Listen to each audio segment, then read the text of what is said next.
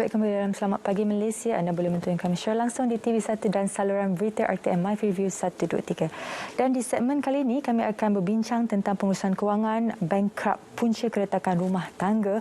Dan bersama saya pagi ini di studio, tetamu kita Tuan Muhammad Arif Abdul Kasim, Perunding Kanan NGOS, dan juga Tuan Badrul Rizwan Buhari, Perunding Kanan NGOS. Assalamualaikum, selamat pagi. Waalaikumsalam. Selamat pagi.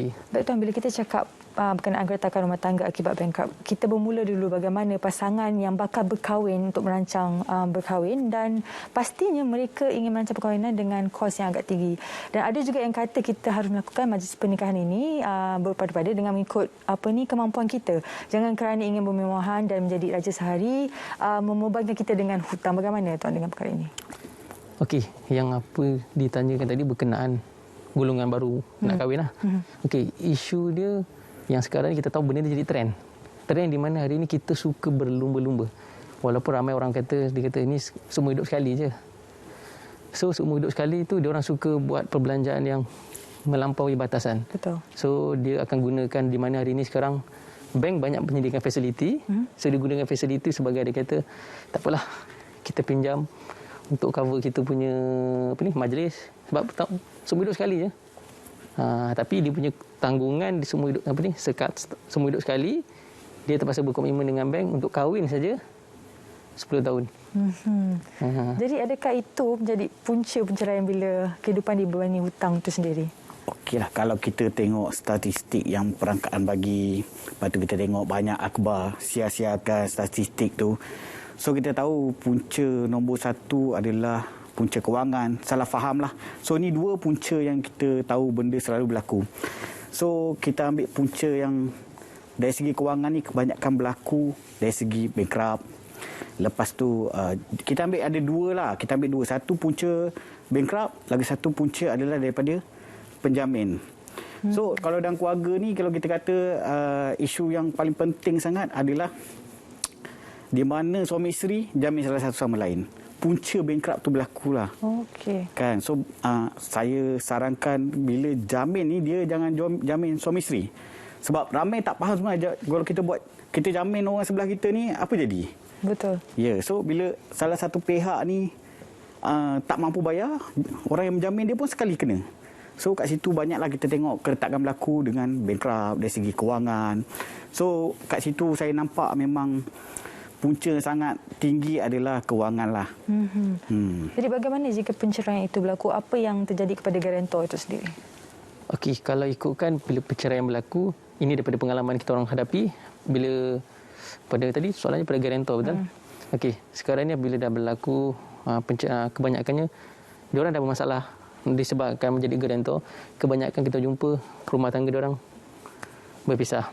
So diorang tahu bila diorang dah berpisah, diorang tahu pasangan ni dah bermasalah dan nama dah bankrupt, tak boleh buat apa. So dia tahu kesan dia tak boleh buat apa. Tak boleh nak apa ni. Kita tahu kalau macam bekerja, dia orang akan ada masalah. Nak beli rumah akan datang, nak beli kereta. So itu yang menyebabkan dia orang tak boleh nak bersefahaman. Dan kita orang hadapi siapa yang bankrupt kebiasaannya, banyak yang kita orang jumpa, dia orang dah tinggal dah jadi single father atau single mother. Sebab benda tu impak dia besar kan dalam jangka masa panjang. So pasangan tak boleh nak terima hakikat. Jadi penyelesaian yang boleh kita lakukan dalam situasi ini apakah sebenarnya? Okey, saya buat satu jalan cerita berlaku benda ni. So kita ambil satu impact di mana cerita ni bila berlaku dia, kalau tadi ada tanya pasal soalan orang belum berkahwin ke kahwin, saya ambil impact satu cerita contoh dia daripada sebelum dia berkahwin lah. Biasanya kita ni bujang, masa nak kahwin tu akan banyak isu-isu, kita akan buat loan, kita buat penambahan, kita akan buat ni. So kat situ dah satu impact, dia dah melakukan satu kewangan yang sangat drastik lah kan. Lepas tu bila dah kahwin, nak isi rumah, nak renovate rumah, tak pasti sewa ke beli rumah. So kat situ pun dah impact kedua dah. Impact ketiga dia adalah dapat anak. Satu anak pun kita tahu kos yang kita nak tanggung 500 hingga ke 700 satu anak. Bila impact anak kedua jadi double. So kat situ bila anak ketiga impact lagi. So dia tak dapat nak cover daripada awal yang dia start buat tu. Bila dia tak rancang tu, dia akan bertambah tapi duit gaji kita tak bertambah. Ya, betul. Kan? Duit keluar tu dah semakin banyak dah sampai luar. So bila jadi satu situasi flow yang tak cantik, flow keluar tu dah tak cantik.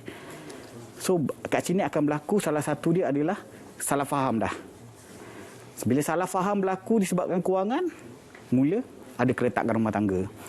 So kalau kita tahu impact dia, okey, itu impact yang kecil. Kalau impact yang besar yang saya jumpa, dia masa saya training NGOS, impact dia pergi ke Along dengan cerita haram.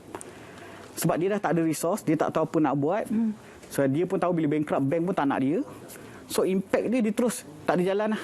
Kan orang dah kejar kita perlukan duit. Ya. So dia pergi ke Along dengan cerita haram. Ini impact yang paling besar lah saya jumpa untuk rumah tangga setakat ni lah.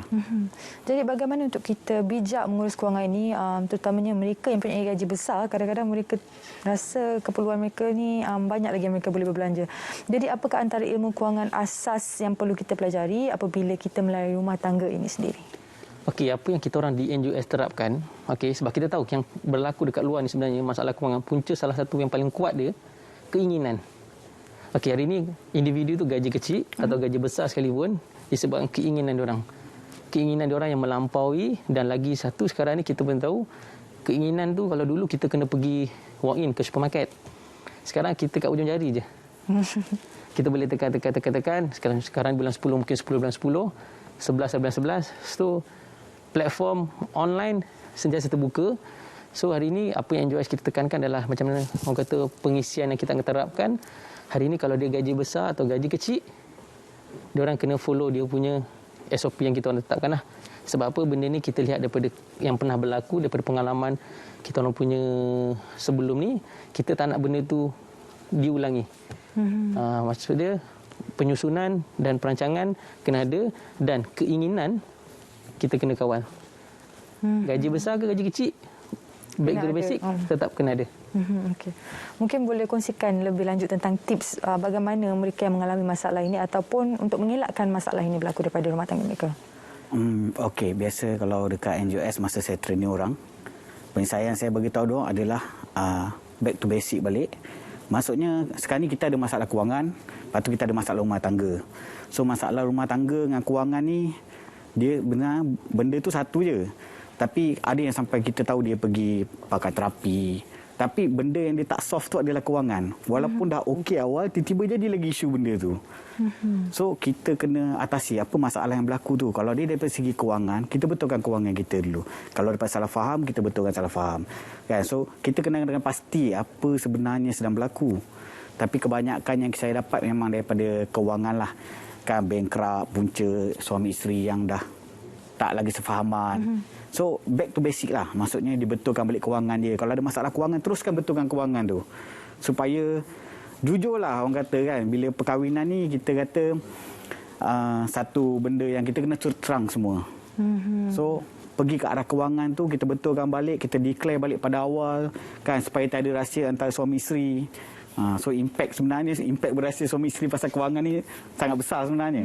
So kalau boleh kita terus terang, betulkan balik kewangan kita pada awal, susun balik atur. Kalau kita tak tera, kita boleh cari orang untuk training kita. So itu tip yang sangat saya rasa yang berbaloi lah kalau dia mencubalah. Sebab saya banyak terapkan benda tu setakat ni, sangat bagus lah. Apapun semuanya bermula pada kewangan sebenarnya. Pengurusan kewangan itu sangat penting. Dan sekiranya mereka menyedari situasi kewangan mereka berada di pada tahap yang kritikal, di manakah mereka boleh mendapatkan bantuan itu? Okey, kalau macam untuk kami di NGOS, diorang boleh layari melalui kita orang punya laman web www.ngos.com.my. Okey, so kita akan bagi rundingan secara percuma. Biasanya kita akan kenal pasti dulu. Apa masalah yang dihadapi. Macam mana apa yang sahabat saya cakap tadi, macam contoh rumah tangga, kita kena kenal pasti punca dia adalah kewangan. So kita perbetulkan kewangan. So itu yang sebenarnya kita orang di NGOS kita terapkan. Kita akan buat satu kelas, buat pendidikan untuk diorang faham untuk langkah pertama sebelum pergi ke langkah yang seterusnya. Okey.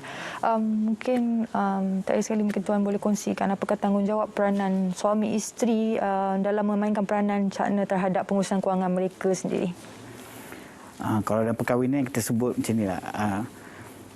Bersatu kita tegur, bercerai kita roboh. So kita kena pasti dulu supaya kita tak ada isu di mana kita kata sampai kita bankrupt, sampai kita backlist yang tak mampu nak bayar. So punca kewangan yang diorang kena betulkan supaya tiada salah faham yang akan berlaku lagi lah.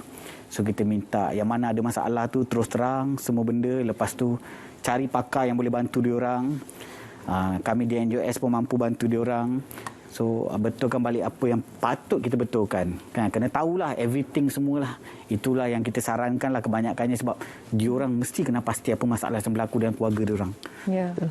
Baik, terima kasih sekali lagi Tuan Muhammad Arif Abdul Kasim, Perunding Kanan NGOS, dan juga Tuan Badrul Rizwan Buhari, Perunding Kanan NGOS, kerana sudi bersama kami pagi ini membincangkan tentang bagaimana anda ingin menguruskan kewangan jika bankrupt punca keretakan rumah tangga anda. Okey, itu saja setakat ini untuk segmen kali ini, dan kita akan berehat seketika dan kembali lagi dalam Selamat Pagi Malaysia.